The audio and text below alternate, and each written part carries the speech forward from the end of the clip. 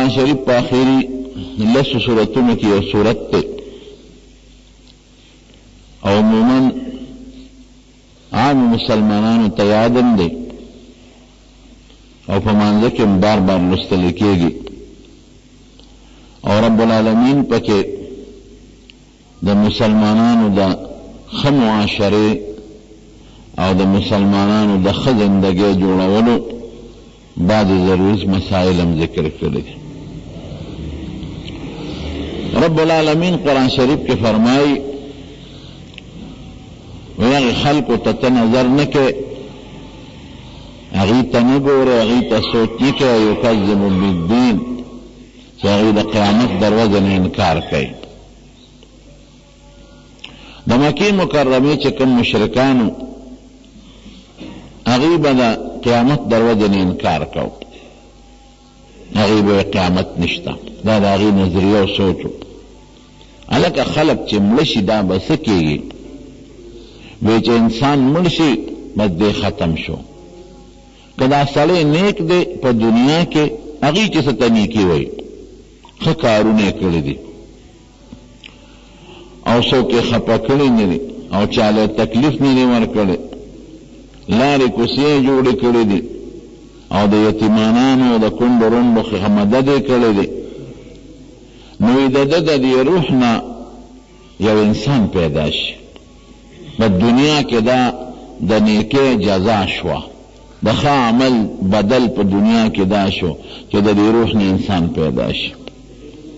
او که دا سړی په دنیا کې بدعمله پیدا شوی دی د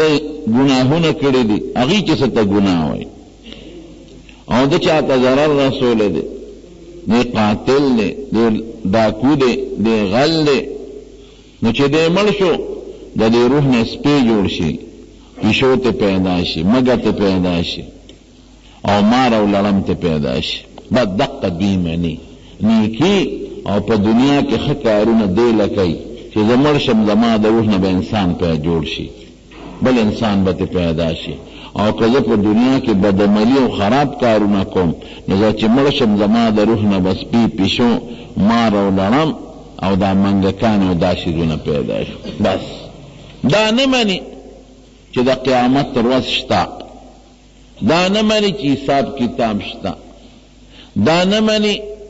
چې واپس یو جون شته او په هغه جون کې به د انسان نه د دنیا د ښه او بد تپوس کېږي او بیا د هغې نه پس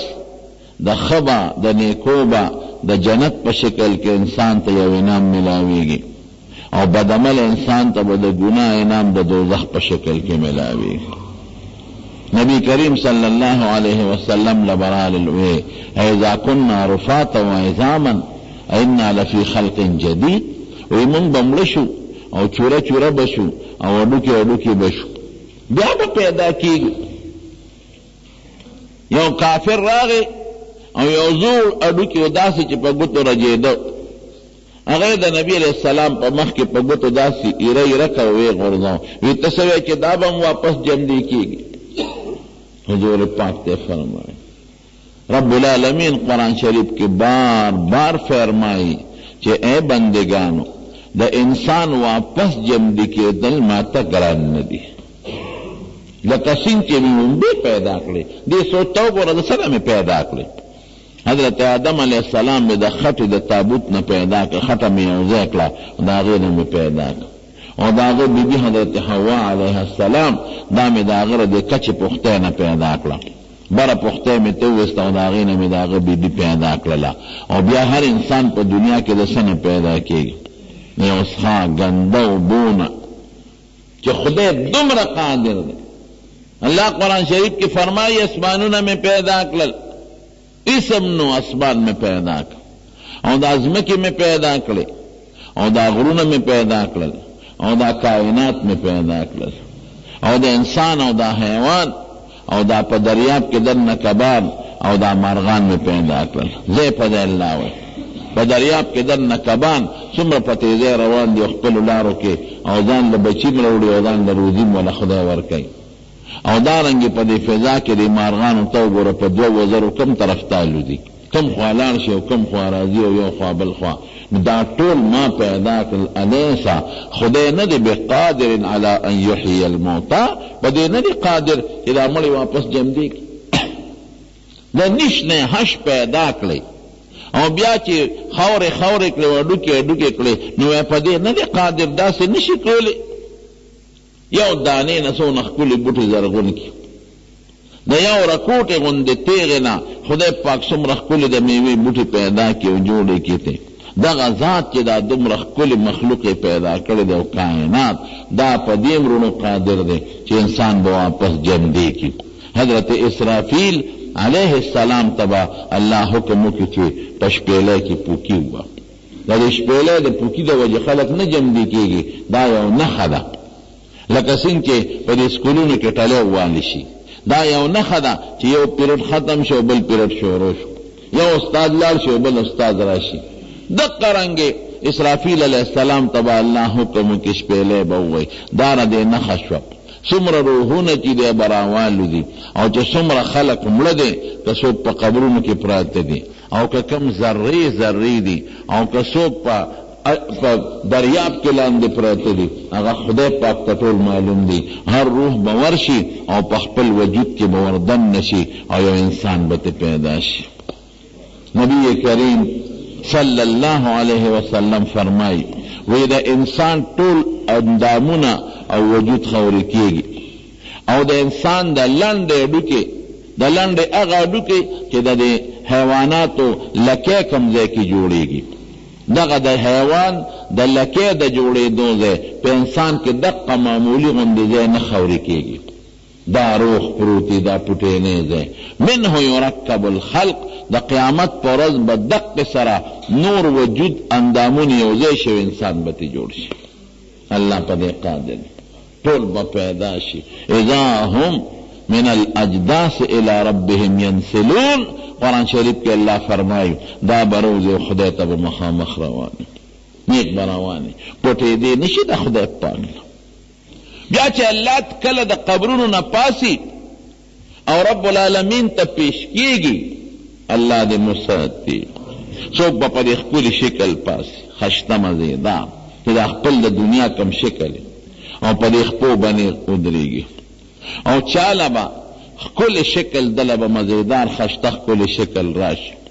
چې راشي دی به ورته وي ته څوک یې چې زما لومبې نظر پته ولګېد. وایي زه ستا نیک عمل دنیا کې ستا د پاسه سورو او ته مې خپلو مزو چرچو ته نه پرېښود،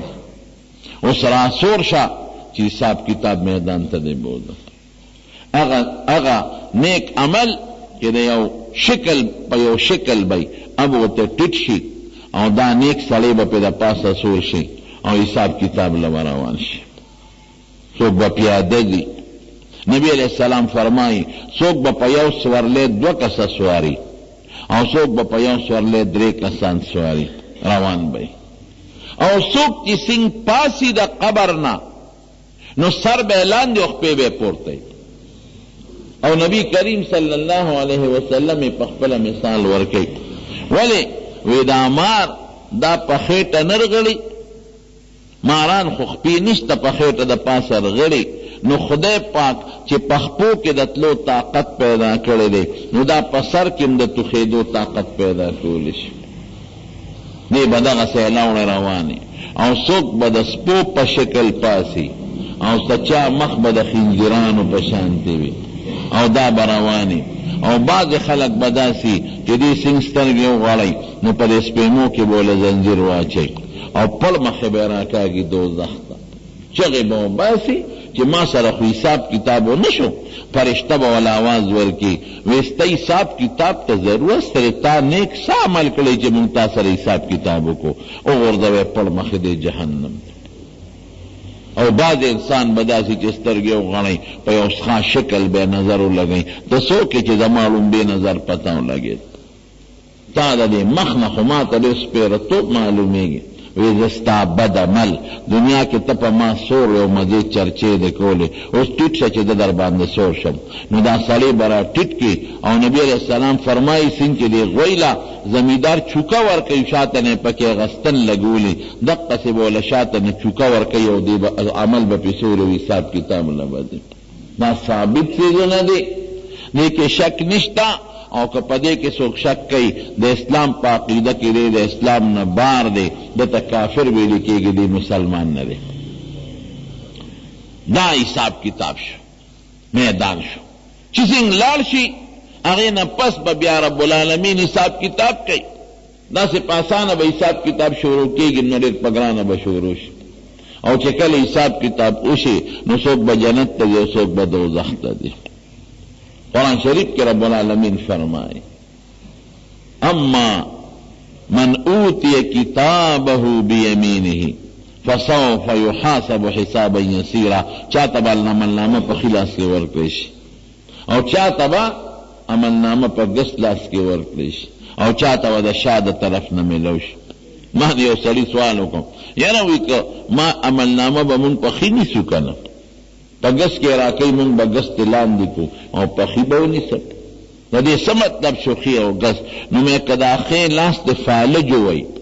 لکه دنیا کې بعض سړي د اخلاص فالج وي بیا پکې د نیو طاقت ني نو که په آخرت کې سره الله دو کې چې د اخلاص د فالج زده شي او دا نیول نشي کولی او فرشته له ډب درکوي چې نیسه نو په کم لاس به نیسي وی پوه شم بیا بس ته اختیار نی لمن الملک اليوم قرآن شریف کے اللہ فرمائے ملک مونگ مانا بادشاہی کو او خپل مانا اختیار دے دلتا لمن الملک اليوم التا اختیار دا چا دے زما استے اختیار نشتا دلتا اختیار خپل چلو لشے التا زما اختیار نشتا قرآن شریف کے اللہ فرمائے للہ الواحد القہار دا اغی ذات اختیار دے چے غیو دے او دیر زور اور دے دیر زور اور چوکے مقابل نشی کولے یاو او دیر زور اور داغی اختیار چاہتا عمل نامہ پخیلاس او چاہتا پگس چی پخیلاس ملو شو دسر با اللہ گزارو کی او چی پگس لاس عمل نامہ ملو شی نو دا تبا و برباد شو دا غرق شو دی با دوزخ تلی بیا کافر کے دوزخ تلار شی نو ہمیشہ با دوزخ کی پروتی و تلیتی نشتا او مسلمان چې کم ګناهګار فاسق دوزخ ته لاړ شي نو دی به د هغه خپلې ګناه په اندازه وخت تیری بیا به تېوځي ګناهونه یې ډېر دي نو ډېر وخت به پکې تېر کړي او که ګناه یې لږه ده لږ وخت به تېر کړي او که ډېره کمه ده لږ وخت به تېر کړي او چا سره به خدای ګزاره هم وکړي نیک سړی د ګناه کړې ده او بیا د خدای په حضور کې په سچه توبه ایستې ده او د توبې دا مطلب چې دا ګناه به بیا نه کوم بیا هغه ګناه نه م ده کړې نو قرآن شریف کې الله فرمایي اولئک یبدل الله سیئاتهم حسنات د دې ګناهونو به خدای په نیکو بدل کړي یو حدیث پاک کې راځي نبی علیہ السلام فرمایي یو سړی دی الله به ځان ته رانږدې کړي دومره به یې رانږدې کړي لکه یو سړی چې چا سره پټ گپ شپ لګوي پټې خبرې کوي داسې به یې رانږدې کړي نو رب العالمین به دې تپوس وکړي ای بنده پلانکي ورځ دې دا ګناه کړې وه دا دې کړې وه دا دې کړې وه ووجدوا ما عملوا حاضرا اوس هم ګورې څیزونه پټېږي نه دنیا کې چې ته څومره خبرې کوې دا خدای نه اټکئ اوس خو تاسو ته د دې کمپیوټر او د کیمرو په خپله پته ولګېدل څومره تقریرونه کوي بعض خلک هغه ټول په انټرنیټ کې روان دي پراته دي او چې څومره دې تقریر کوي هغه تصویرونه یې مو سره په انټرنیټ کې پراته دي هغه غیبي ګناه پراته دي په دغه پوټیني غوندې کارت کې څومره څیزونه پراته دي دغه ته ورته میموري کارت وایي په څه شی ورته وایي څومره د دنیا بلا پکې پرته ده